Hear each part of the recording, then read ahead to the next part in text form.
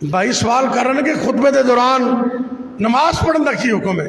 میں بارہا دفعہ دس چکے ہیں، یہ سنت یہ ہے کہ جب جمعہ شروع ہو جائے 2 رکعتاں مسجد دیاں، 2 رکعتاں مسجد دیاں جنہوں تحیت المسجد کہندے نے، اے پڑھن تو بغیر بہنا نہیں تے کوئی اور نماز دوران خطبہ پڑھنی نہیں۔